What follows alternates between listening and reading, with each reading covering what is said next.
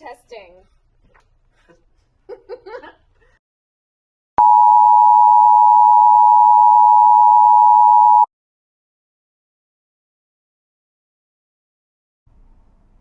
Hello, everyone. Welcome to Bookstack Book Club. I am here to talk to you about our book, Conversations with RBG, in honor of the notorious RBG, Ruth Bader Ginsburg.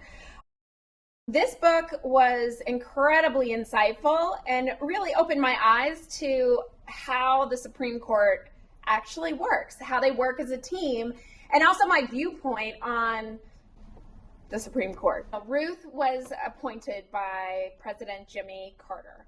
And Jimmy Carter was an amazing president in the sense that he was sort of the people's president. He liked to show a very diverse group when it came to his appointments. He actually appointed Ruth and really felt that her fight towards equality was important. One of the things that, was quoted about Ruth was that Ginsburg defies stereotypes. People expect this meek, grandmotherly type. She is a grandmother, but she shows so much strength, and she is who she is without apology. She went on to say that, she allows women to imagine a different kind of power and to visualize a woman in power well past any age where she is usually invisible to society.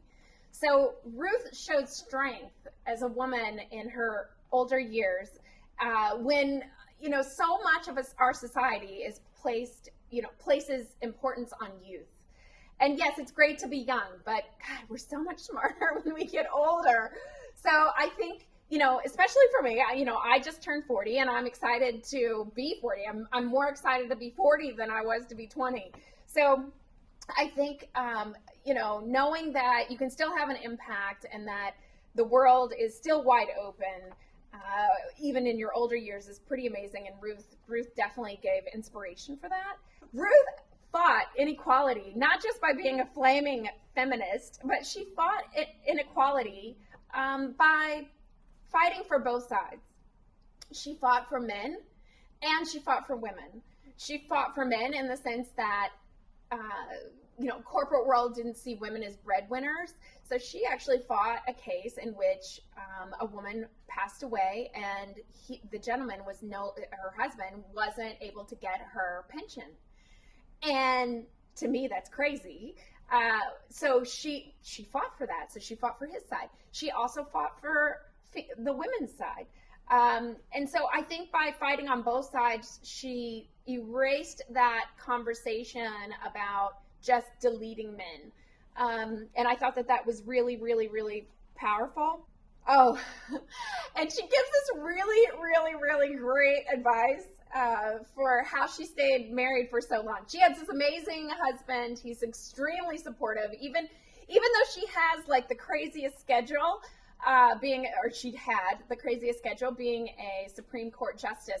She actually said that she lived by this advice that her mother-in-law gave to her, which was that in every good marriage, it helps to sometimes be a little deaf.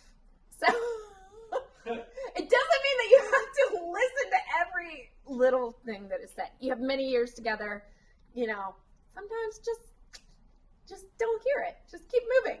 So I found that really interesting and really showed a testament to her humor. One of the other things that I found interesting was how much Ruth fought for her own right to follow her passion and make an impact. And she was actually told when she went to Harvard for her law degree by the dean, Aaron Griswold, who said, "Why are you at Harvard Law School?" Even though she got in, by the way. She got in, and this guy is asking her this and says, "Why are you at Harvard Law School taking a place that could have gone to a man?"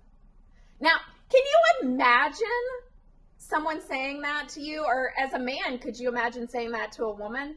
I find that so interesting, and she was pivotal in not letting that get to her and actually sticking with it. And oh, by the way, becoming a Supreme Court justice. One of the other things I found very interesting about the book was how the court follows the trends of how the general public sees things. So over time, the court will actually change its decisions because the trend of the collective United States and how it thinks has changed. And I thought that that was so interesting because I always thought that the Supreme Court was really strict on morality and where they stand, and it wasn't. It doesn't, and it does change its decisions periodically. Also, I thought it was pretty interesting how they work together as a team.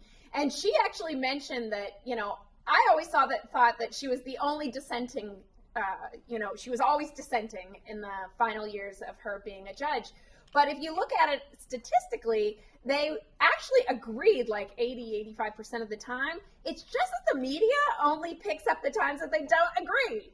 So that was pretty wild. And one last thing that I really enjoyed was to know that Ruth gave so much of her own personal time to her relationships, whether that's people that worked with her, people that were her assistants, or that was one of the other fellow judges. So I found that, she took the time to really make a personal connection, whether that was a handwritten note, an invitation to watch the opera, a fun little trip together. She took the time and was very intentional with that.